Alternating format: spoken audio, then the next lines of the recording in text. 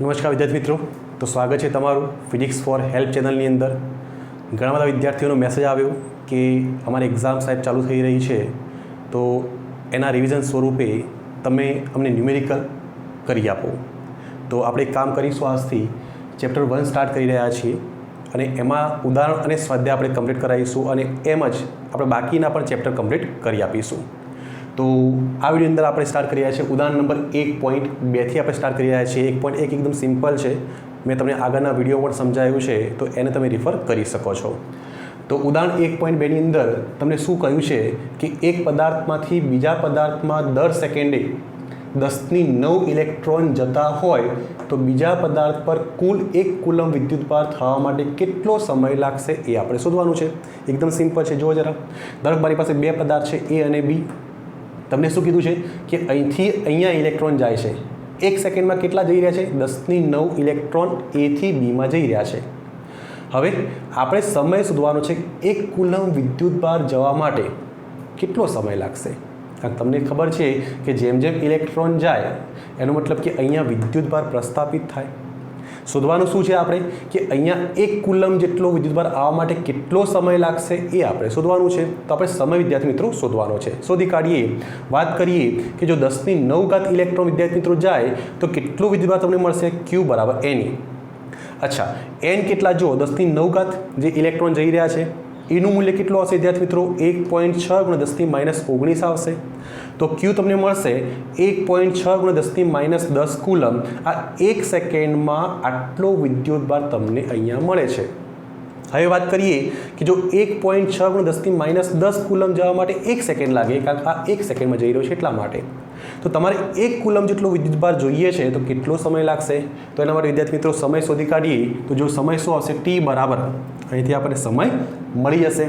તો સમય T બરાબર કેટલો આવશે? 1 અને એના છેદમાં આ આવી જશે. આન્સર આવશે 6.25 × 10⁹ સેકન્ડ. બરાબર. અચ્છા, હવે તમને ટેક્સ્ટબુકમાં જે આન્સર આપ્યો છે એ વર્ષની અંદર છે, તો કામ કરીએ કે સેકન્ડમાંથી વર્ષમાં કન્વર્ટ કરી દઈએ. તમને ખ્યાલ હશે કે 1 વર્ષની સેકન્ડ કેટલી આવે? તો કે આટલી આવશે, 3.16 × 10⁷ સેકન્ડ આવશે. અથવા તમે આ રીતે પણ શોધી શકશો કે 1 વર્ષની અંદર 365 દિવસ હોય, દરેક દિવસ માટે 24 કલાક આવે અને 3600 દરેક કલાકની સેકન્ડ આવે. તો અલ્ટિમેટલી 1 વર્ષની અંદર આટલી સેકન્ડ મળે. હવે આપણે કામ કરીએ આપણે કે જો 3.16 × 10⁷ સેકન્ડ એનો મતલબ કે 1 વર્ષ કહેવાય. તો તમને જે આન્સર મળ્યો એના બરાબર કેટલા વર્ષ આવશે વિદ્યાર્થી મિત્રો? તો ચોકડી ગુણાકાર કરી દઈએ આપણે, તો સમય આવશે 198 વર્ષ. બરાબર, 198 વર્ષ લાગશે વિદ્યાર્થી મિત્રો અહીંથી અહીંયા 1 કુલમ આવવા માટે. એટલે ક્યારે આપણે એવું નહીં વિચારવાનું કે ઘર્ષણની મદદથી જ્યારે પણ વિદ્યુતભાર એક પદાર્થમાંથી બીજા પદાર્થમાં જાય તો 1 કુલમ જતો હશે, 2 ના. 1 કુલમ જવા માટે જો 198 વર્ષ લાગ્યા, એ પણ કેટલા રેટથી? 1 સેકન્ડમાં 10⁹ ઇલેક્ટ્રોન અહીંયા જતા હતા ત્યારે. તો ખૂબ જ સમય લાગતો હોય છે. તો વિદ્યાર્થી મિત્રો આ ઉદાહરણ 1.2નો આન્સર આવશે મારું 198 વર્ષ. બરાબર. તો એક કામ કરો, આને નોંધી લો, એના પછી આપણે ઉદાહરણ નંબર 1.3 સોલ્વ કરીએ.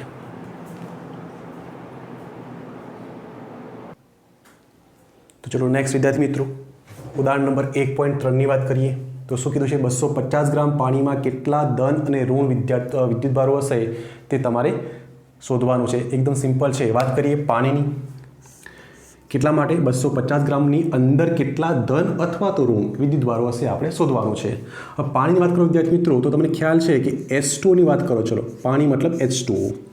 તો એક અણુની અંદર કેટલા ધન અથવા તો ઋણ વિદ્યુતભારો હશે? તો H2 ની વાત કરો તો H માટે શું આવશે? H11 તમે લખી શકો.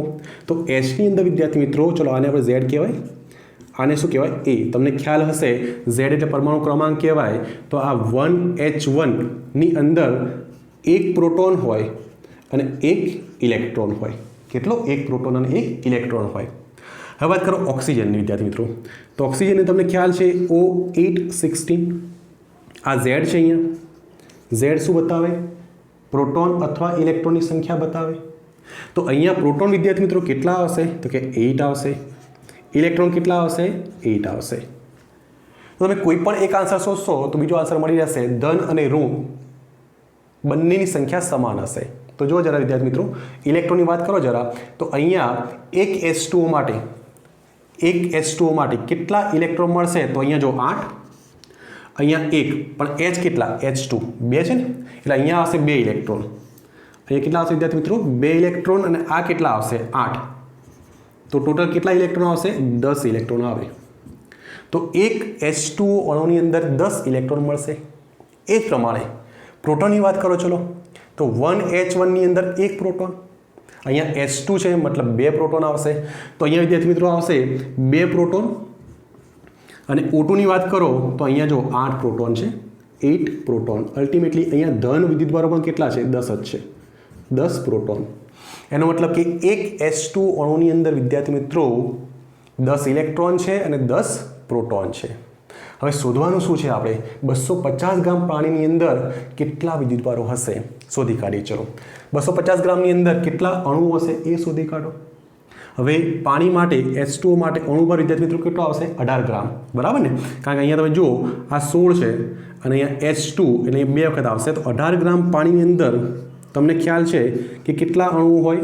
6.023 ગુણ્યા 1023 અણુઓ હોય. તમારે જે વિદ્યુતભારો શોધવાના છે એ કેટલા પાણીની અંદર શોધવાના છે? 250. તો 250 ગ્રામની અંદર કેટલા અણુ હશે શોધી કાઢીએ. તો આપણે સ્મોલ n બરાબર 250 આવશે 0.23 1023 અને ડિવાઈડ કરો ને 18 સાથે. આનો મતલબ કે આટલા અણુઓ, સમજો, આટલા અણુઓ વિદ્યાર્થી મિત્રો 250 ગ્રામ પાણીની અંદર છે. હવે આપણે વિદ્યુતભાર શોધવાનો છે. વિદ્યુતભાર. હવે વિદ્યુતભાર માટે ધન અને ઋણ વિદ્યુતભારની સંખ્યા જોઈએ. બરાબર ને?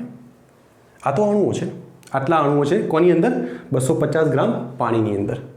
હવે વાત કરીએ કેટલા વિદ્યુતભારો છે. તો તમને હાલ જ હમણાં સમજાયું કે જો એક અણુની વાત કરો, એક અણુમાં, પાણીના એક અણુમાં વિદ્યાર્થી મિત્રો કેટલા ઇલેક્ટ્રોન છે અથવા કેટલા પ્રોટોન છે? 10. તો લખી શકાય એક અણુમાં જો 10 ઇલેક્ટ્રોન હોય મતલબ 10 ઋણ વિદ્યુતભારો હોય તો મારી પાસે આટલા અણુઓ છે. કેટલા? n. તો n અણુમાં કેટલા ઋણ વિદ્યુતભારો હશે? તો અહીંયા લખીએ માટે n બરાબર કેટલા આવશે? 10 ઇન્ટુ n. કેટલા આવશે?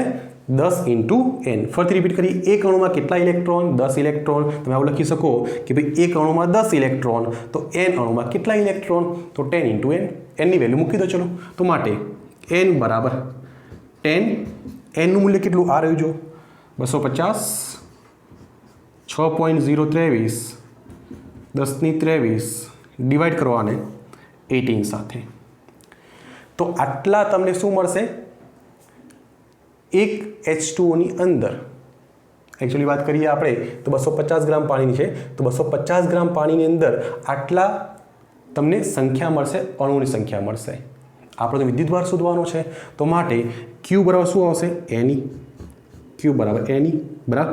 n નું મૂલ્ય જો આ રહ્યું 10 250 6.023 10 પાવર 23 ડિવાઈડ કરો 18 ની સાથે ઇન્ટુ એનું મૂલ્ય કેટલું આવશે? 1.6 10 પાવર -19. તો તમે જો આન્સર શોધશો વિદ્યાર્થી મિત્રો તો આન્સર તમને કંઈક મળી રહેશે Q બરાબર 1.34 10 પાવર 7.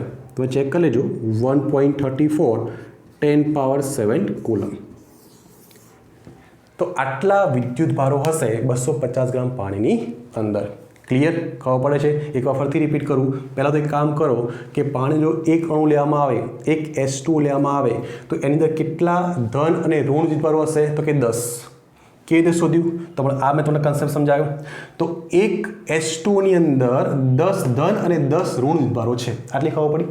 અચ્છા, હવે વાત કરીએ કે જો 18 ગ્રામ સ્ટાન્ડર્ડ વેલ્યુ છે, 18 ગ્રામ જો પાણી લેવામાં આવે તો આટલા અણુઓ હશે. તો તમારે 250 ગ્રામ પાણીની વાત કરી રહ્યા છીએ. તો 250 ગ્રામ પાણીની અંદર કેટલા અણુઓ હશે? આ રહ્યા. હવે વાત કરો એની અંદર ઇલેક્ટ્રોન કેટલા હશે અથવા તો પ્રોટોન કેટલા હશે?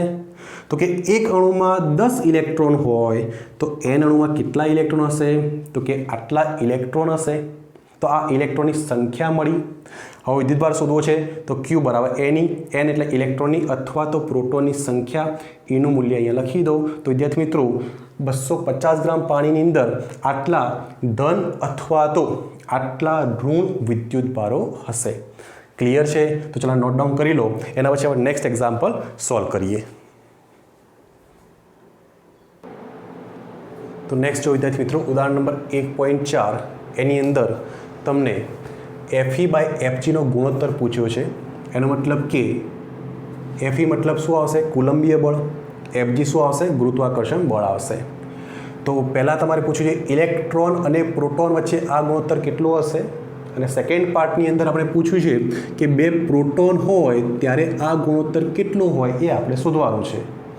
એના પછી વિદ્યાર્થી મિત્રો આપણો સેકન્ડ પાર્ટ છે એ પછી સોલ્વ કરીએ. તો જો જરા એકદમ સિમ્પલ ન્યુમેરિકલ છે. તમારે શોધવાનું શું છે? આ એક્ઝામ્પલની અંદર Fe/Fg આપણે વિદ્યાર્થી મિત્રો શોધવાનું છે.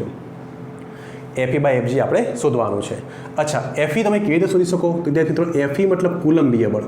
Fe શું આવશે? કુલંબીય બળ. કેવી રીતે શોધાય? તો K Q1 Q2/R².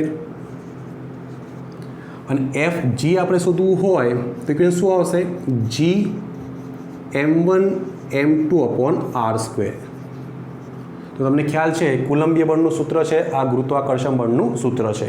જો તમે ગુણોત્તર લેશો તો માટે Fe/Fg આપણને મળશે, જો R² કેન્સલ થઈ જાય તો અહીંયા આવશે K Q1 Q2/G m1 m2. બરાબર? હવે વેલ્યુ મૂકી ચલો. તો કેનું મૂલ્ય કેટલું હશે ત્યાં મિત્રો? 9 10⁻9. અચ્છા, Q1 કોના માટે વાત કરી રહ્યા છીએ? તો આપણે ફર્સ્ટ પાર્ટ સોલ્વ કરી રહ્યા છીએ. તો ઇલેક્ટ્રોન અને પ્રોટોનની વાત આપણે કરી રહ્યા છીએ. તો ઇલેક્ટ્રોન માટે વિદ્યુતભાર કેટલો આવશે? 1.6 × 10⁻−19. અને માઇનસને આપણે અવગણીશું કારણ કે આપણે એનું મૂલ્ય શોધી રહ્યા છીએ, માનાંક છે તો માઇનસ આપણે નહીં લખીએ. Q2ની વાત કરો ચલો. તો પ્રોટોન માટે પણ એટલું જ મૂલ્ય આવશે, 1.6 10⁻−19 આવશે. જીનું મૂલ્ય તો 6.67 10⁻11 m1. એનો મતલબ કે ઇલેક્ટ્રોનનું દળ કેટલું હશે વિદ્યાર્થી મિત્રો? 9.11 10⁻31. અને m2 કોણ છે? પ્રોટોન. તો એનું દળ આવે 1.67 10⁻27. ક્લિયર? અચ્છા વિદ્યાર્થી મિત્રો, જો તમે આને સોલ્વ કરશો તો ડાયરેક્ટ અહીંયા આન્સર લખું છું. તમને એનો આન્સર મળી રહેશે 2.4. અહીંયા ડાયરેક્ટ આન્સર લખું છું 2.4 10⁻39. 10⁻39. તો પહેલો આન્સર તમને મળી ગયો. Fe/Fgનું મૂલ્ય કોના માટે? ઇલેક્ટ્રોન અને પ્રોટોન માટે. હવે સેમ વસ્તુ આપણે રિપીટ કરીશું. કોના માટે? તો પ્રોટોન અને પ્રોટોન માટે. પ્રોટોન અને પ્રોટોન માટે. તો સેકન્ડ પાર્ટની અંદર વિદ્યાર્થી મિત્રો સેમ કન્સેપ્ટ આપણે રિપીટ કરીશું. હવે કરવાનું શું છે? Fe/Fg આપણે શોધવાનું છે. તો બંને પ્રોટોન માટે, એનો મતલબ બંને કણ કયા છે? પ્રોટોન છે. એ જ ઇક્વેશન ઉપયોગ કરી લઈશું ડાયરેક્ટ. Feનું મૂલ્ય ni, Fg ni આવશે. પરંતુ જે અહીંયા દળ હશે એ બંને પ્રોટોનના આવશે. પહેલાં કોના દળ આવ્યા? એક ઇલેક્ટ્રોન એક પ્રોટોન. હવે બંને પ્રોટોન આવશે. અચ્છા, વિદ્યુતભારમાં કોઈ ચેન્જ નહીં આવે કારણ કે બંને વિદ્યુતભાર કેવો હોય? સમાન હોય. અને નેગેટિવ આપણે લેવાનું છે નહીં. તો હું ડાયરેક્ટ લખીશ અહીંયા કે Fe/Fg બરાબર શું આવશે?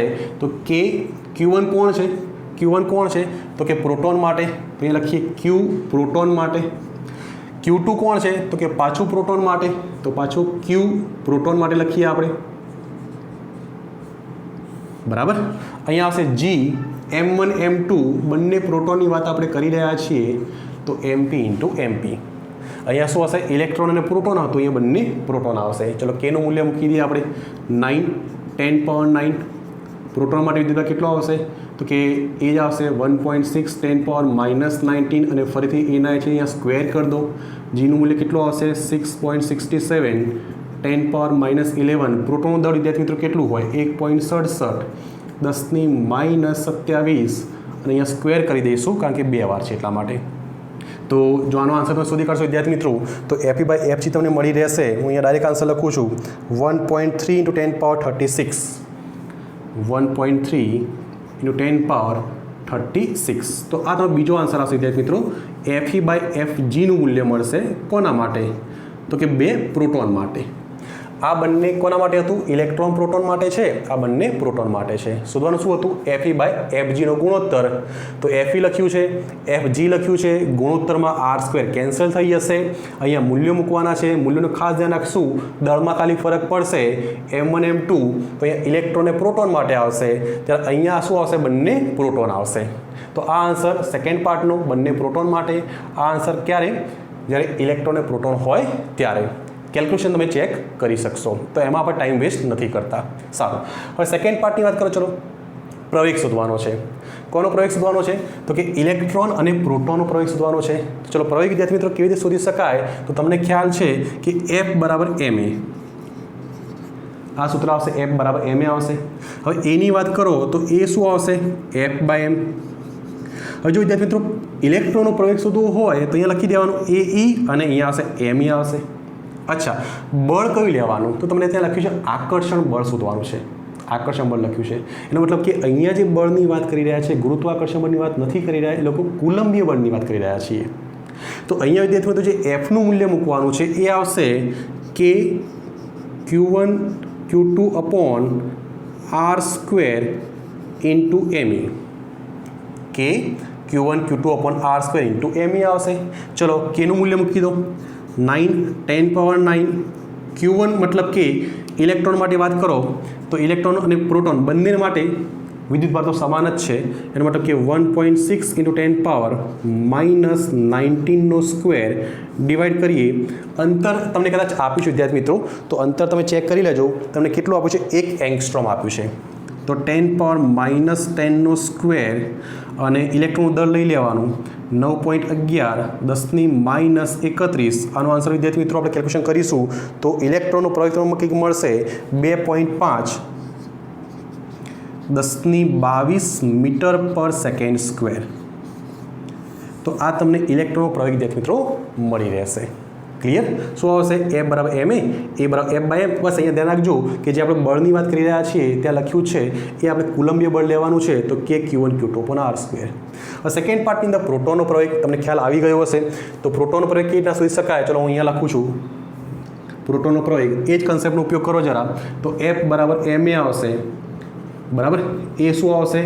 F/m આવશે, પણ કોના માટે? પ્રોટોન માટે. એફનું મૂલ્ય પાછું એના આવશે કે Q1 Q2 અપોન r² અને અહીંયા આવશે પ્રોટોન. વેલ્યુ જરા મૂકી દો, 10⁻9. વિદ્યુત બંનેના સમાન છે, 1.6 10⁻⁻19². અંતર કેટલું છે? 10⁻⁻10² અને પ્રોટોનનું દળ મૂકી દેવાનું 1.67 10⁻⁻27. શોધી કાઢો વિદ્યાર્થી મિત્રો. તો આનો આન્સર હું ડાયરેક્ટ લખું છું. પ્રોટોન માટે પ્રવેગ મળશે 1.4 10⁻19 મીટર/સેકન્ડ². ક્લિયર છે? તો જો આ દાખલાની અંદર થોડો લાંબો દાખલો છે પણ કન્સેપ્ટ સિમ્પલ છે. પહેલાં આપણે Fe/Fg નો ગુણોત્તર શોધવાનો છે. કોના માટે? ઇલેક્ટ્રોન પ્રોટોન માટે. તો આ જે આન્સર મળશે એ ઇલેક્ટ્રોન અને પ્રોટોન માટે મળશે, બરાબર. સારું, સેકન્ડ બંને પ્રોટોન હોય તો Fe/Fg ના ગુણોત્તરનું મૂલ્ય કેટલું આવશે? આ મળશે. એના પછી નેક્સ્ટ પોઈન્ટની અંદર ઇલેક્ટ્રોનનો પ્રવેગ શોધવાનો છે કે Q1 Q2 upon r² અને દળ કોનું આવશે? ઇલેક્ટ્રોનનું આવશે. તો અહીંયા તમને ઇલેક્ટ્રોન માટે પ્રવેગ મળી જશે અને એ પ્રમાણે વિદ્યાર્થી મિત્રો અહીંયા પ્રોટોન માટે પ્રવેગ મળી જશે. તો આ તમારું ઉદાહરણ હતું 1.4. હવે નેક્સ્ટ વિડીયોની અંદર આપણે જે પણ બાકીના એક્ઝામ્પલ છે આપણે કવર કરીશું. Thank you.